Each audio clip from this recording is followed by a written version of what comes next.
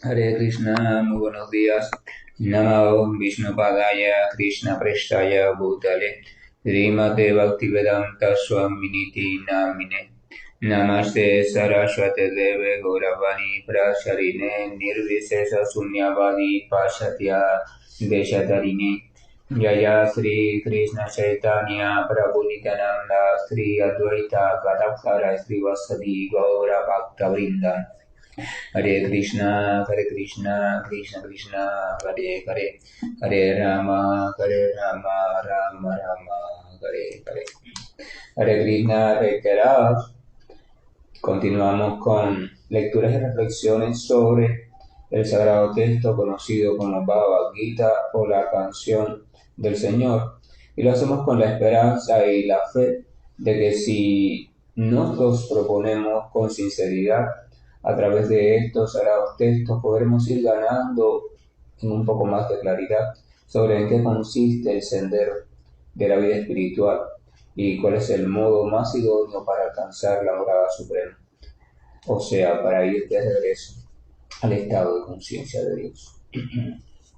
Vamos a ver que en este capítulo 7, que es en el que nos encontramos, ya Krishna le ha descrito a Arjuna que hay dos energías generales de él, la energía material y la espiritual, y entonces por encima de esas dos energías está él, que siempre se mantiene independiente, pero a la vez lo controla todo, precisamente mediante sus propias energías. Después había explicado que la energía material o la energía ilusoria conocida como Maya es muy difícil de superar. Por eso siempre de una manera u otra estamos enredados en los asuntos de este mundo material, ya sea de forma objetiva o física, o ya sea en nuestra siempre alocada mente o trastornada inteligencia, o en nuestra variedad de confusos egos falsos o identidades transitorias. Entonces Krishna dice, esa energía es muy difícil de superar, pero aquellos que se refugian en mí la pueden atravesar con facilidad. Krishna está diciendo, el modo natural de salir de esa trampa y de ese enredo es simplemente buscando el refugio en mí. Pero después explica que hay dos grandes grupos de personas. Las personas que de una forma u otra van hacia él, ya sea por un motivo u otro, y las personas que no buscan refugio en él, o sea, que no buscan refugio en Dios, ya sea porque están muy enredados y alegan que no tienen tiempo, o simplemente porque no les interesa ese asunto de Dios y niegan, de hecho, la existencia de un supuesto Dios. Entonces hay esos dos grandes grupos y uno podría pensar, porque esa es la tendencia del ser humano, yo de seguro pertenezco a los mejores, o sea, yo pertenezco a los que sí tienen fe en Dios, yo pertenezco a los que siempre están pensando en Dios. Sin embargo, en nuestra vida cotidiana podemos revisar si somos autocríticos y observamos con cuidado y podremos ver que no siempre estamos en la misma posición. A veces actuamos y pensamos y nos enredamos de tal manera que a veces funcionamos como integrantes del grupo que está separado de Dios. A veces estamos tan metidos en nuestras ansiedades, el estrés, la depresión, la tristeza por una mala noticia, la frustración porque algo no salió como pensábamos, la ira, etcétera, etcétera. Y en esos momentos estamos actuando de manera completamente ajena a la relación con Dios.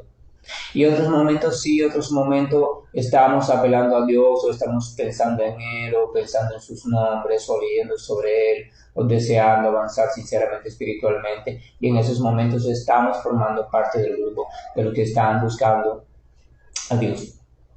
Porque a veces creerse parte de un grupo, por ejemplo, esto es muy común, a veces uno ve en la literatura sagrada hablar de las cualidades magníficas que se desarrollan en el devoto del Señor, y entonces uno automáticamente en su cabeza se identifica.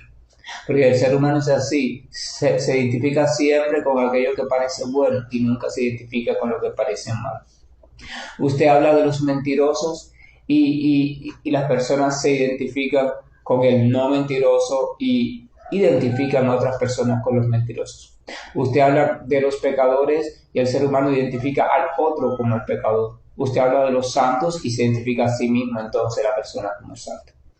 Entonces, Cuando se habla de las personas que buscan refugio en Dios, wow, como eso es superior a no buscar refugio en Dios, yo estoy dentro de esas personas.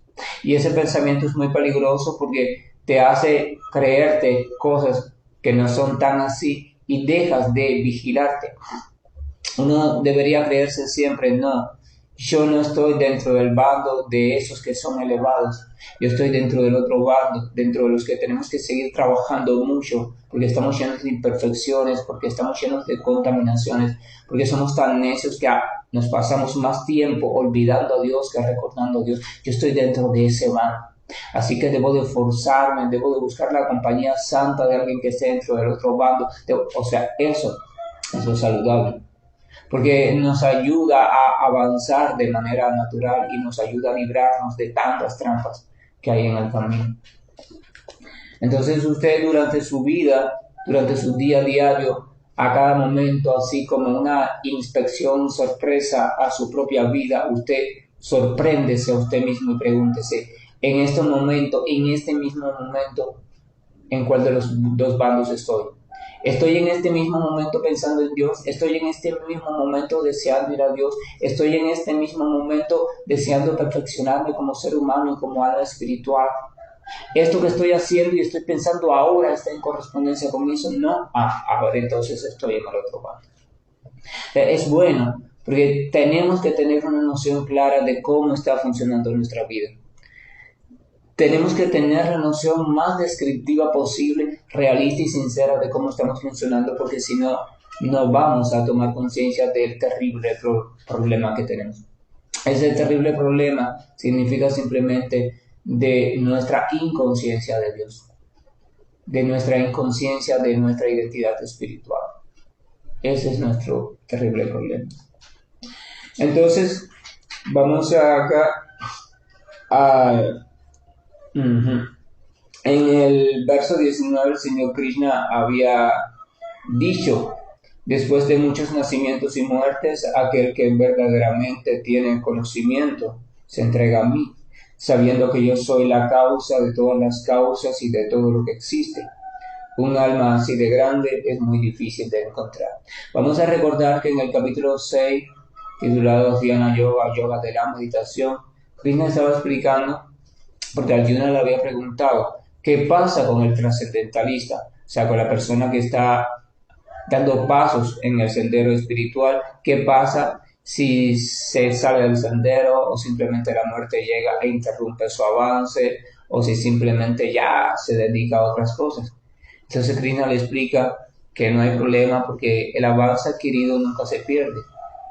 Después de disfrutar en su próxima vida de determinadas cosas buenas por las actividades que hizo favorables, es colocado en ciertas condiciones de vida donde pueda volver a tener contacto con algún estímulo trascendental o espiritual y entonces revivir su deseo de continuar su camino antes pausado y lo continúa justamente allí donde lo dejó, o sea, en el mismo nivel en el que lo dejó. Es como si usted va por una escalera, vamos a suponer usted va por una escalera muy grande, pero le agarra la noche o el cansancio, entonces usted se queda dormido sin darse cuenta. Y mientras se queda dormido, usted sueña. Soñó con esto, que estaba en una fiesta, o soñó que era un semidios, o soñó que ya su salud estaba bien. Usted sueña. Pero cuando usted despierta de ese sueño, entonces usted se va a dar cuenta que está en el mismo lugar, en el mismo escalón. O sea, porque usted simplemente se quedó dormido, pero se quedó en el mismo lugar. Y entonces usted se reanima y continúa desde ese escalón. Usted no vuelve a otro escalón inferior, usted simplemente va a continuar, va a tener la posibilidad de continuar desde ese escalón. Entonces una persona inteligente diría, bueno, entonces no pierdo nada, realmente no pierdo nada con tratar de avanzar un poco en el sentido de la autorrealización. Entonces Krishna dice que después de muchos nacimientos y muertes, aquel que verdaderamente tiene conocimiento, o sea, uno en el transcurso de las vidas y experiencias va ganando conocimiento. Dice, aquel que verdaderamente tiene conocimiento, o sea, aquel que ha descubierto quién es Él, qué cosa es el mundo y qué es Dios y cuál es la relación entre estos tres elementos, entonces simplemente se entrega a mí, o sea, a Dios.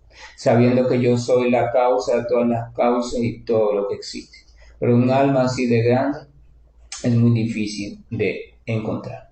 Entonces en el verso número 20 dice el Señor, voy a leer unos textos que pueden provocar inquietud en la mente de algunas personas, pero les pido por favor, son textos que que han sido hablados por el Señor Krishna. Así que no los tomen a nivel personal si su mente les diera o si su mente los indujera a ese tipo de respuesta. Simplemente tómenlo a nivel neutral y traten de comprender la profundidad del texto, porque estos textos van a hablar sobre la adoración a los semidioses o a ciertos elementos o figuras o personalidades con determinada relevancia en lo referente a sus poderes que por tradición o por preferencia propia a veces en nuestra vida tenemos la tendencia simplemente de adorar o de rendirle tributo. Aquí Krishna va a emplear algunas palabras un poco intensas, pero el estudiante tranquilo simplemente escucha y después reflexiona con cuidado y trata de hacerlo de forma imparcial. Voy a leer. Texto número 20. Aquellos a quienes los deseos materiales les han robado la inteligencia se entregan a los semidioses y siguen las reglas y regulaciones específicas de adoración que corresponden a sus propias naturalezas. Aquí hay un término interesante, Prabhupada lo traduce como semidios y se refiere a aquella entidad viviente que tiene una posición muy elevada en este mundo material, en estos universos materiales, o sea, el plano de conciencia material, y que por ende exhibe ciertas facilidades o ciertos poderes y está bajo el control de ciertos fenómenos del mundo material. O sea, Prabhupada pone el prefijo semi porque esas entidades se tienen en muchas culturas como dioses, pero Prabhupada desde su posición de Vaishnava, o sea, adorador solamente del Gran Señor Supremo, no considera, así como la literatura védica tampoco lo considera, que haya más de un dios. Por tanto, hay un solo Dios y todas esas entidades vivientes con ciertos poderes son semidioses. O sea, él le puso ese calificativo para que lo entendiéramos mejor. No son dioses, porque no hay dioses. No hay tal cosa como los dioses. O sea, hay un solo Dios. Son figuras con cierta capacidad por su elevado estado de conciencia, pero aún son imperfectas, aún son de hecho temporales y están bajo el condicionamiento de la energía material, así que no pueden ser Dios. Entonces, ¿qué pasa? En este mundo material, de hecho estamos en el mundo material porque en algún momento que nadie puede recordar, la entidad viviente comenzó a sentir el deseo de disfrutar por sí misma, de disfrutar separada de Dios. O sea, quería ser ella la que disfrutara y no ella dar disfrute a Dios. Entonces, automáticamente, como eso no puede ser posible en el reino espiritual puro, hay una parte del cielo espiritual que se llama Mahaptattva, que vamos a imaginar para tratar de establecer una relación, que es como una nube. Por ejemplo, a veces el día está completamente despejado. Por ejemplo, acá en el Caribe, qué sé yo, se ve el cielo muy azul, muy bonito. Y a veces vemos una pequeña nube así aislada que se forma y se coloca en el cielo, ¿verdad? Bueno, imagínense el plano de energía espiritual puro. Entonces, allí en algún lugar de ese plano se dice que hay formada una nube.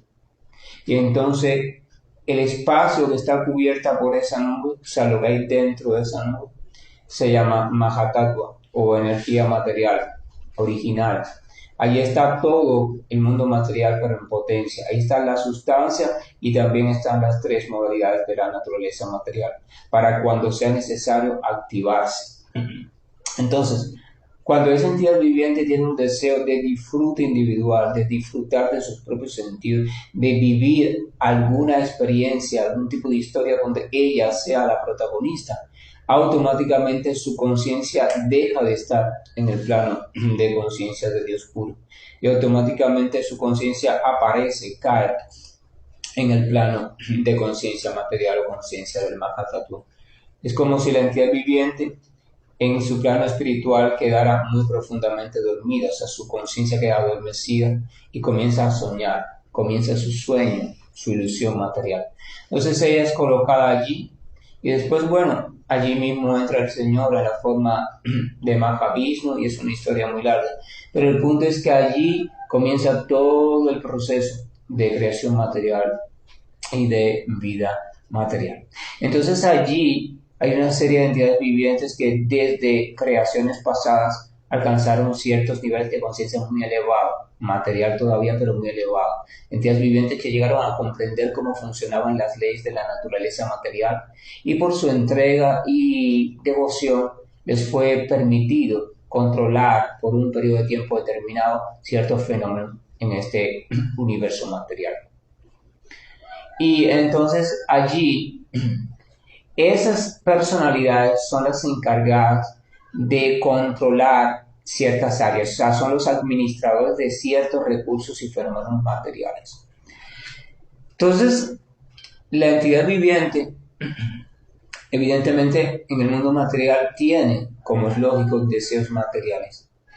Pero tienen dos tipos de deseos. Aquellos deseos que son imprescindibles para sobrevivir en este mundo y los deseos que simplemente son producto de la lujuria o el apego o el deseo insaciable de siempre querer disfrutar más, más, más y más. Entonces, la literatura védica explica que entre la entidad viviente común y ordinaria y entre esas figuras elevadas conocidas como semidioses hay una relación estrecha, pues la entidad viviente en este mundo material necesita de la lluvia, del sol, de que el clima se mantenga organizado, de que los fenómenos naturales se mantengan organizados, que no haya desastres, de que su cuerpo funcione correctamente, de la salud, etcétera, etcétera. Entonces, cada una de esas áreas es administrada por una de esas entidades vivientes muy elevadas. Entonces, tiene que haber una necesaria relación armónica entre la entidad viviente común y el semidios o la entidad viviente elevada. Entonces, la literatura védica le da una serie, muchas maneras y modos en cómo la entidad viviente puede mantener esa relación armónica entre ellos y los semidioses, para que todo funcione bien en esta tierra y puedan haber siembras, pueda darse bien todo, pueda haber lluvias que no sean ni en exceso ni en defecto, etcétera, etcétera, etcétera. O sea, es una armonía a través de una convivencia o una relación armónica y sana donde la entidad viviente le va a ofrecer algo a esos semidioses y los semidioses por su satisfacción van a contribuir a que el área que ellos administran se mantenga completamente equilibrada y perfecta. Esos son los llamados sacrificios, o sea, actividades, ya sean en forma de oraciones, mantras o ofrendas, que la entidad viviente realiza. Todas esas actividades son diferentes para cada administrador. Por ejemplo, vamos a suponer, eso es muy común en el mundo de hoy y cada vez es más común. Usted tiene una situación, quiere resolver un problema, le dijeron que fulano de tal es el director de esa institución en la cual usted quiere resolver un problema y a usted le dijeron que a ese fulano de tal tiene, o sea, le gusta mucho, no sé, cosas como la cerveza y entonces usted dice, bueno, perfecto, voy a ver el modo de poco a poco ver cómo le puedo hacer llegar a su casa 20 cajas de cerveza.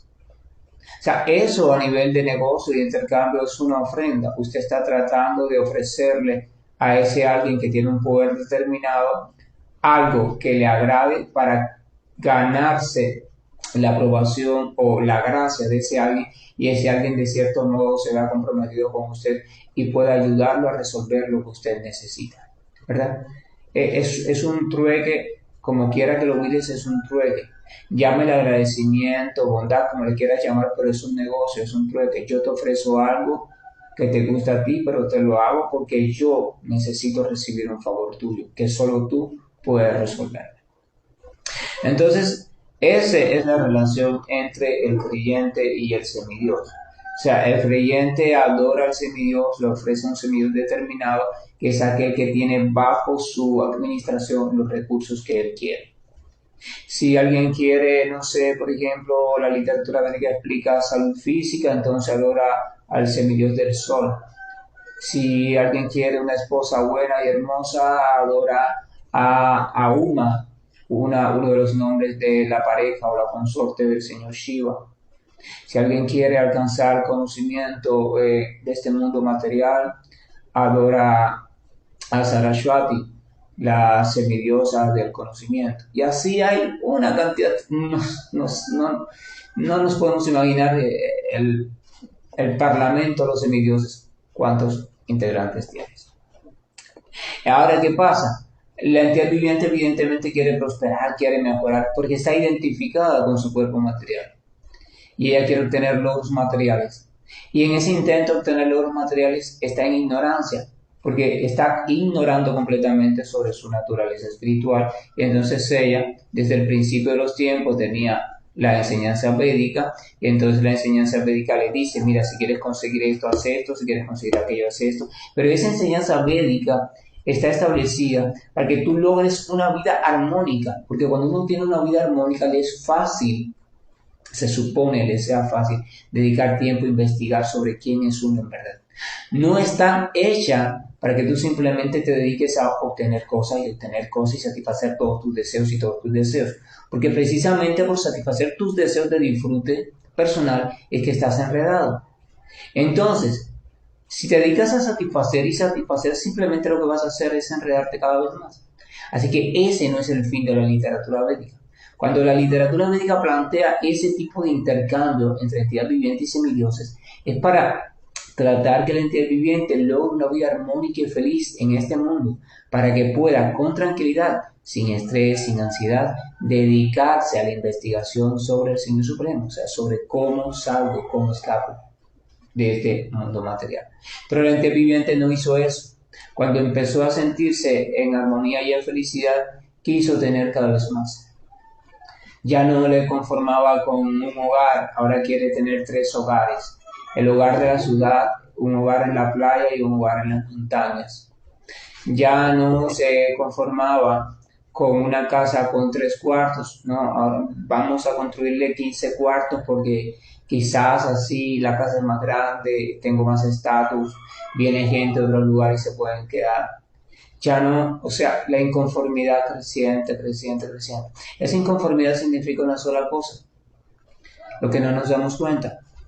La satisfacción de tus supuestos deseos o necesidades materiales no son capaces de satisfacer tu carencia de felicidad. O sea, por alguna razón, en la satisfacción de esos elementos no se puede encontrar completa felicidad. Porque si se encontrara, entonces, ¿por qué el ser humano siempre está de alguna forma insatisfecho? Porque él siempre quiere perfeccionar acá más, alargar más, tener más, salir de una condición, entrar en otra. Por una simple razón, porque en el fondo no es feliz. No hay verdadera ananda, no hay verdadera felicidad completa y permanente. Entonces uno comienza la adoración de los semidioses, ¿verdad? Llámese el que se llame, no voy a entrar en detalle ni en nombre específico de ninguno.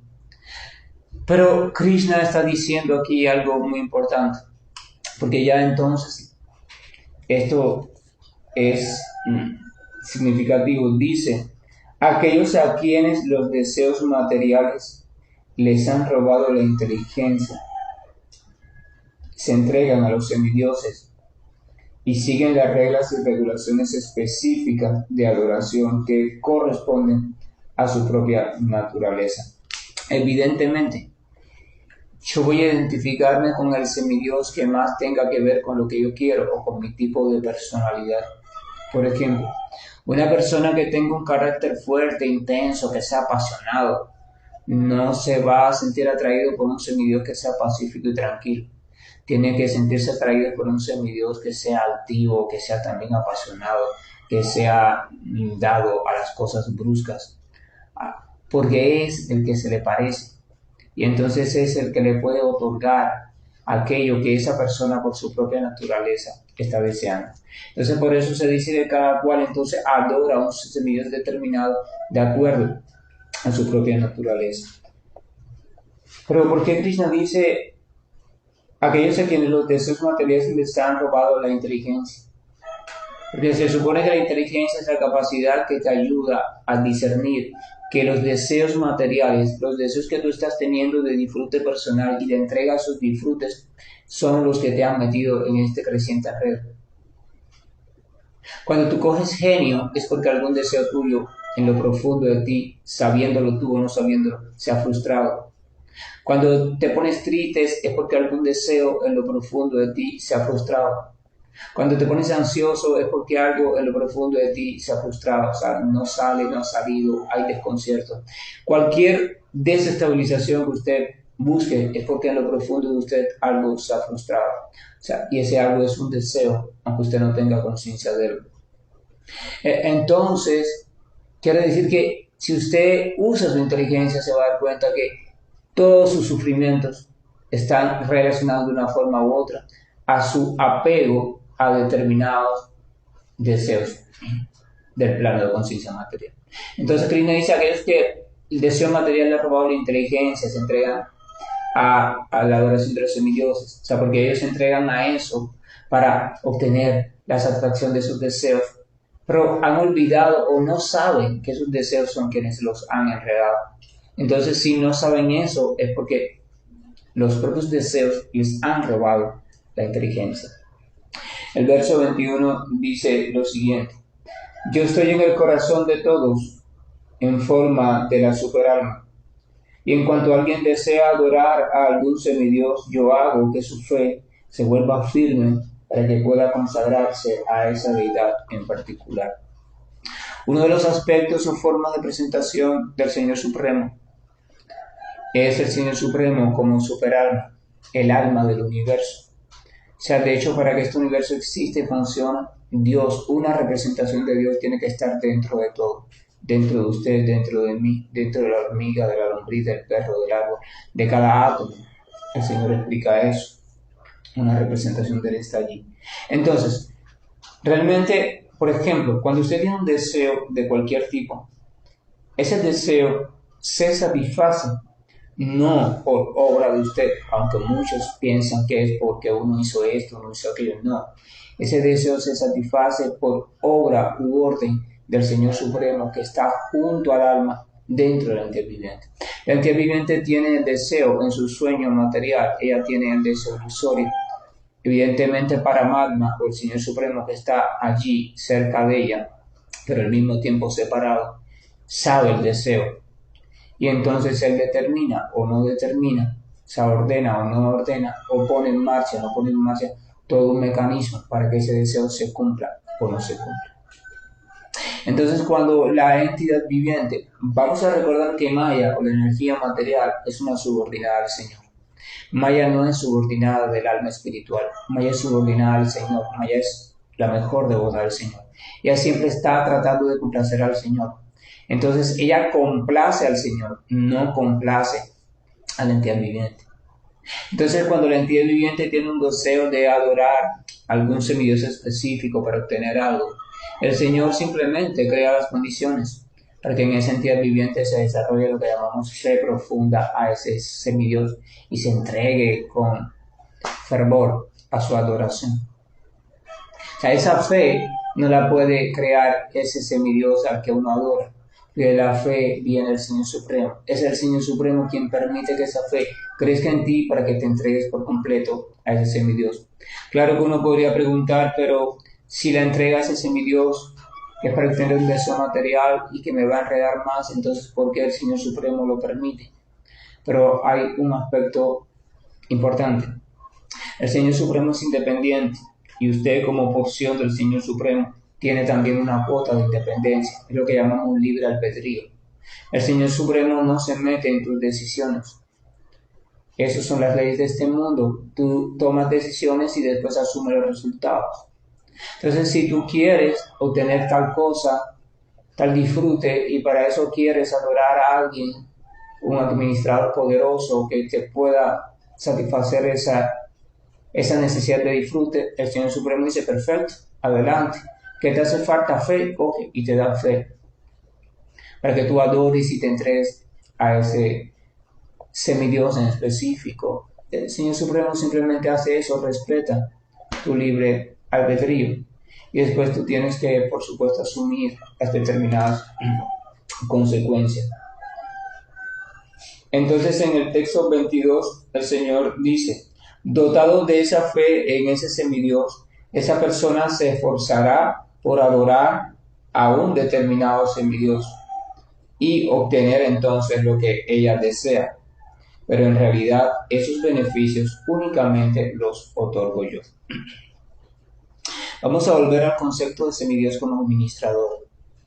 En verdad el semidios no es el dueño de nada. Él simplemente por sus cualidades y trayecto, por decirlo así, laboral, evolutivo, ha sido puesto en cierta responsabilidad, a cargo de. A veces alguien está a cargo de una gran empresa y puede pensarse que va a ser el jefe por siempre o el administrador. Pero debe saber que si caen ciertos delitos y la autoridad competente lo descubre, lo va a juzgar y a sacar del puesto. Eso no quiere decir que el puesto de jefe deja de existir, simplemente es ocupado por otra entidad viviente. Entonces, un semidios en verdad no es dueño de nada.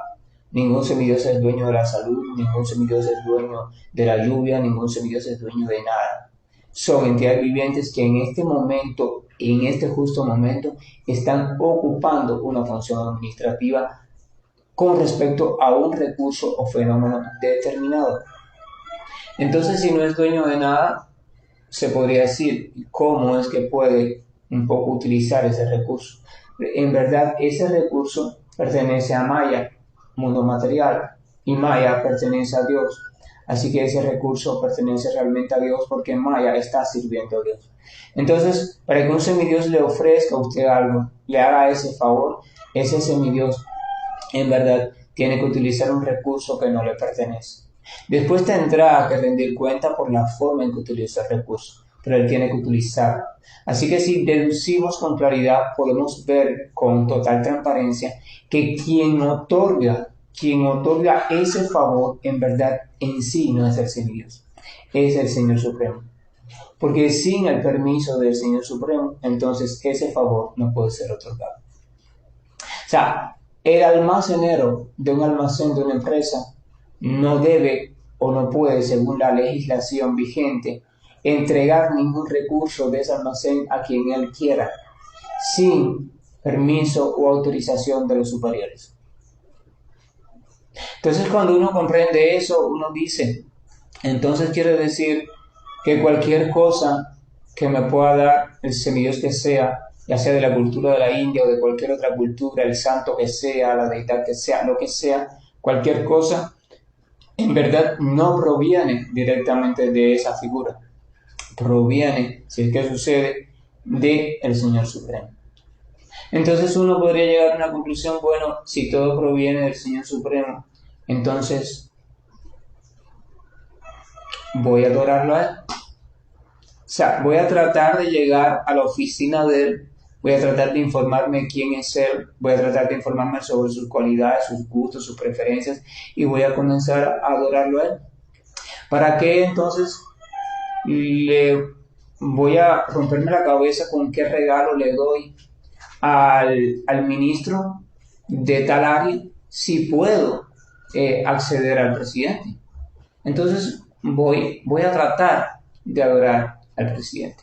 Ojo, esto para nada quiere decir ni está desalentando a nadie a que deje de adorar a un semidios, a una deidad. Cada cual es libre en su sendero y tiene que ir transitándolo de un modo natural según su naturaleza. Simplemente Krishna nos está ayudando a ir pensando poco a poco para que veamos cómo detrás de todo se encuentra la figura del Señor. Para que no sigamos confundidos pensando que tal deidad o tal cosa es quien nos otorga algo, sino es que detrás de eso hay alguien superior, que es quien realmente está sobre el control de todas las cosas. Entonces en el verso 23 dice, las personas de poca inteligencia adoran a los semidioses y los frutos de esa adoración son limitados y temporales. Aquellos que adoran a los semidioses van a los planetas de los semidioses, pero mis devotos llegan al final a mi planeta supremo. Entonces acá dice que, bueno, perfecto, lo que hemos visto, esa persona desea algo en específico, hace una adoración específica, de esa adoración recibe un resultado específico. Perfecto. Pero aquí dice que los frutos de esa adoración, o sea, los frutos de esos resultados, ya sea por el medio que han sido obtenidos, son limitados y temporales. Eso lo puede saber cualquiera. El resultado de cualquier adoración, el resultado de cualquier mecanismo, el resultado de cualquier práctica, el resultado de cualquier utilización o manejo energético, visualización, la ley del secreto, de la atracción, de no sé cuántas cosas, el resultado de cualquier cosa que pertenezca a este mundo es siempre temporal y transitorio. No hay un resultado dado por nada que sea eterno, porque este mundo no es eterno. Entonces eso quiere decir que a un tiempo determinado ese resultado va a dejar de estar presente en tu vida. Pero como tú te apegaste a ese resultado porque era lo que tú querías y al final te lo concedieron y te hiciste dependiente de ese resultado, cuando veas que ese resultado está peligrando su existencia, vas a dejar de tener el trabajo que tenías, o ya tu negocio no está tan próspero, o ya no tienes tantas mujeres como antes, o no tienes tanta salud. Entonces viene en ti el efecto de la lujuria. No vas a soportar la idea de perder eso de lo cual tú estás disfrutando. ¿Y qué vas a hacer? Por lógica, volver al administrador que te ofreció ese resultado, volverlo a sobornar para que te dé un poquito más de ese mismo resultado. O sea, usted eternamente se va a pasar su existencia en una relación de deuda con ese administrador, porque el resultado que ese administrador te está dando, el recurso que está poniendo en tu vida, no puede durar para siempre. Eso acá lo vemos en Cuba, podemos ver en Cuba, ¿verdad? Por ejemplo, la práctica la más común, la práctica de tendencia afrocubana, vemos eso. O sea, usted va, el practicante según sus medios, hacen como le llaman en Cuba una consulta, mira qué te pasa, qué esto, qué aquello, y te dicen, mira, tienes que hacer esto, tal ritual, tráeme esto, tráeme aquello, perfecto. Vamos a suponer que sea un practicante serio, estoy hablando de los practicantes serios, de los conocedores, no de los charlatanes.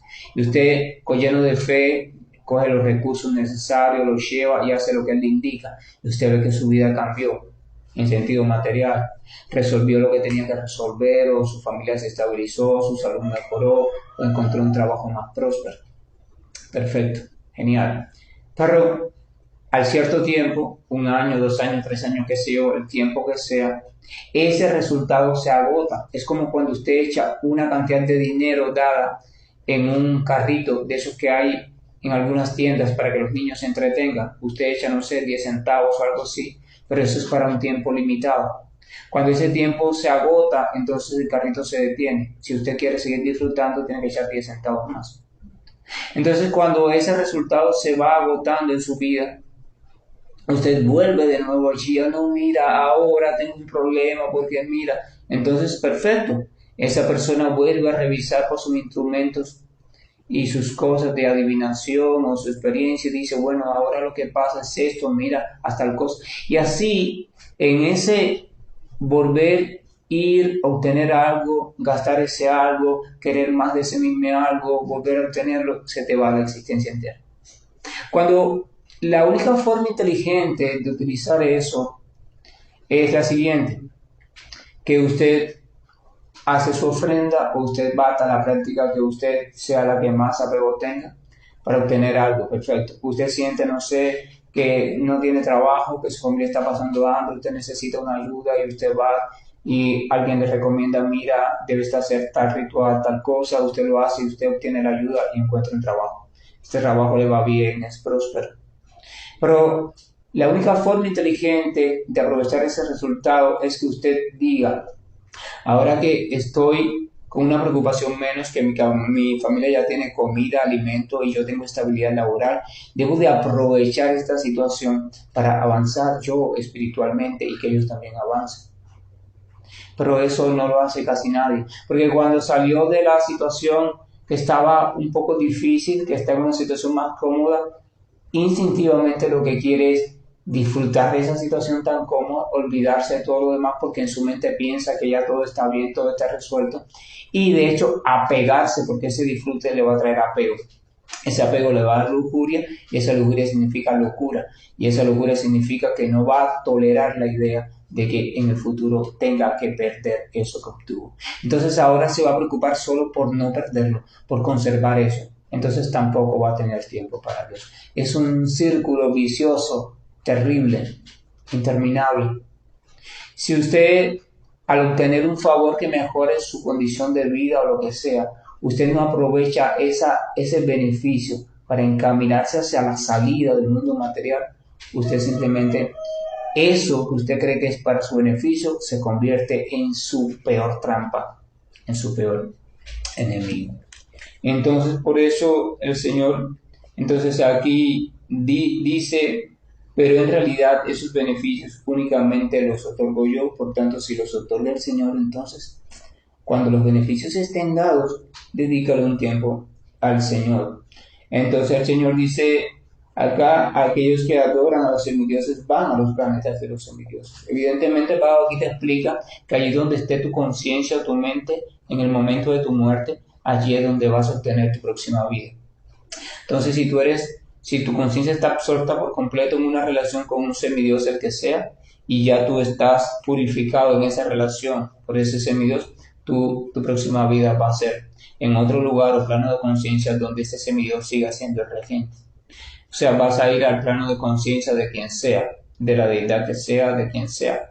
Evidentemente ese plano de conciencia también es temporal, porque más tarde o más temprano, cuando el universo se diluye, ese semidios, tú y ese plano de conciencia también se van a diluir hasta la próxima creación material. Pero dice, sin embargo, termino diciendo algo muy bonito, pero mis devotos, o sea, los devotos del Señor, son aquellos que por una razón u otra han llegado, después de muchos nacimientos, muchos trastazos en la vida, a determinar por inteligencia que el Señor es quien está detrás de todo, es la máxima autoridad. Entonces ellos han decidido entregar su adoración solo al Señor. Respetan a todos los semidioses, a todos los no sé qué, los ángeles, los no sé cuántas cosas más. Los respetan a todos y los tratan con cariño y amor, pero adoran únicamente al Señor Supremo y ofrecen su servicio únicamente al Señor Supremo y dependen únicamente de la misericordia del Señor Supremo y no recurren a nadie más. Respetan a todos, pero ellos han buscado, eso, ven al Señor Supremo como Param Dhamma, o sea, como su refugio único y supremo, a pesar de que en esta vida material les pueda ir en determinado momento en condiciones muy difíciles. Aún así, ellos permanecen allí tranquilos a los pies de Dios.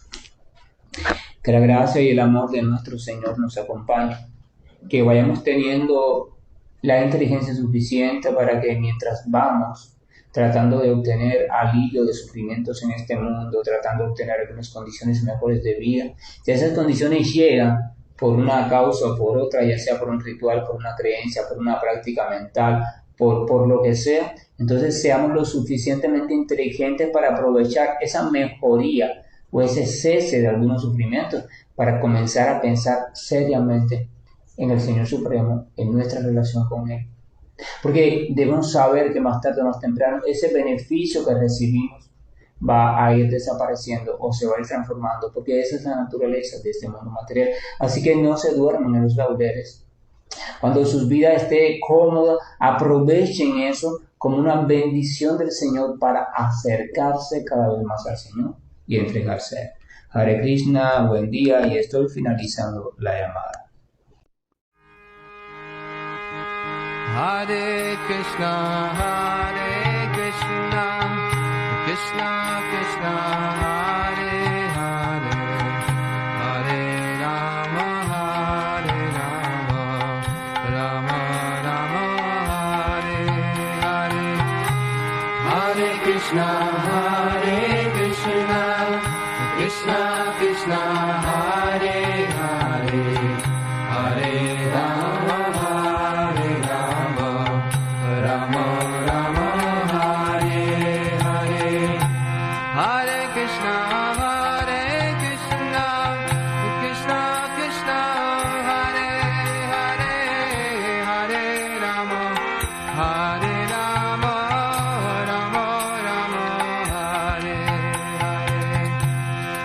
Hare Krishna,